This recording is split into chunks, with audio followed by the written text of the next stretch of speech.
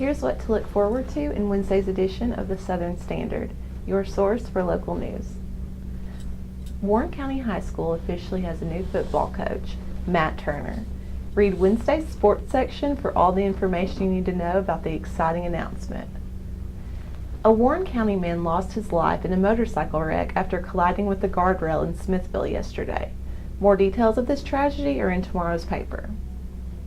And domestic violence and sexual assault are traumatic and life-altering events that happen every day in Warren County. I spoke with Families in Crisis Director Christy Stubblefield on the troubling issue and the help their organization offers victims. This is Atlanta Northcutt with the Southern Standard, and I'm here with Christy Stubblefield. Hello. At the Families in Crisis Center. Christy, what are some of the main things that you receive in phone calls or people coming here?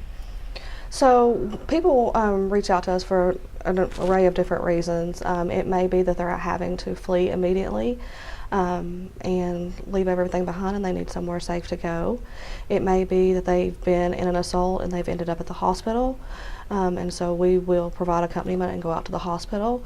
It may just be that they have an assault case in court and we just have to advocate for them in court and provide services outside of shelter.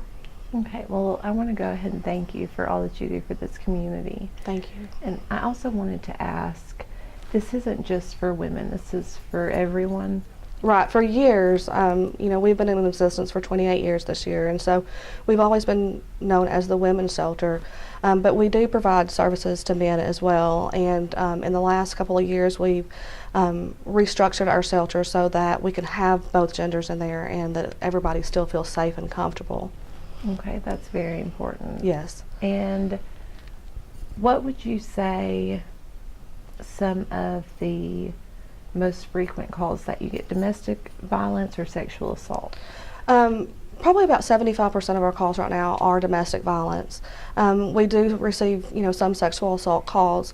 We have just received sexual assault funding in the last 3 years, and so I think getting that awareness out there and letting people know that we provide those services, those calls will definitely increase.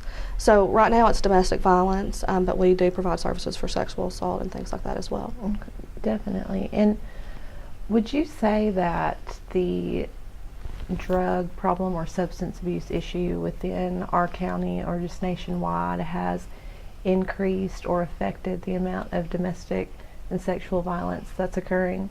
I do. I don't think it is an excuse for domestic violence. I think a perpetrator and abuser is going to abuse no matter if they're sober or if they are intoxicated, but I think it rises the severity of the type of abuse.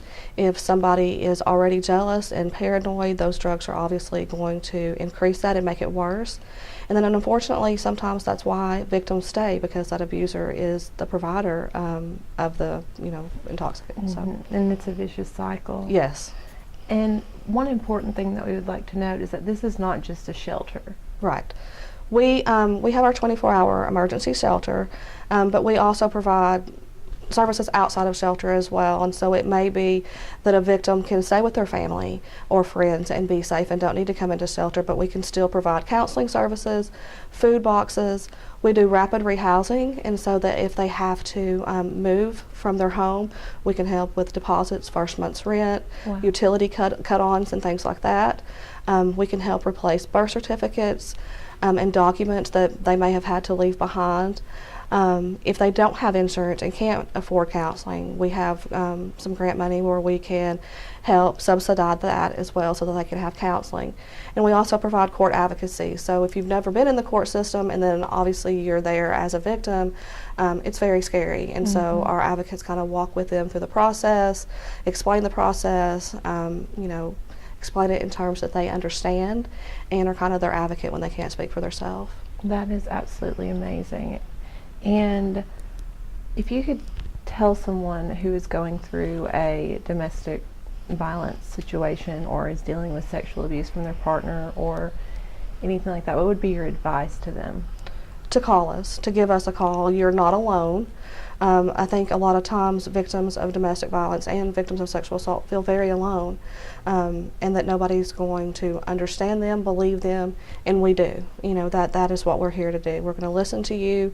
We're going to meet you where you are and start providing services from that point. Okay, well, thank you so much, Christy. Y'all's organization does so much for women and men and children in this community. Thank you. Thank you. Lamont Malone, the primary suspect in the shooting death of Reese Bishop at the beginning of the year, will appear in court today for his preliminary hearing. Discover all the new details from the hearing in tomorrow's issue. Are you curious what the Civic Center currently looks like while undergoing renovation? New and never-before-seen pictures show the current state of the building in our next paper.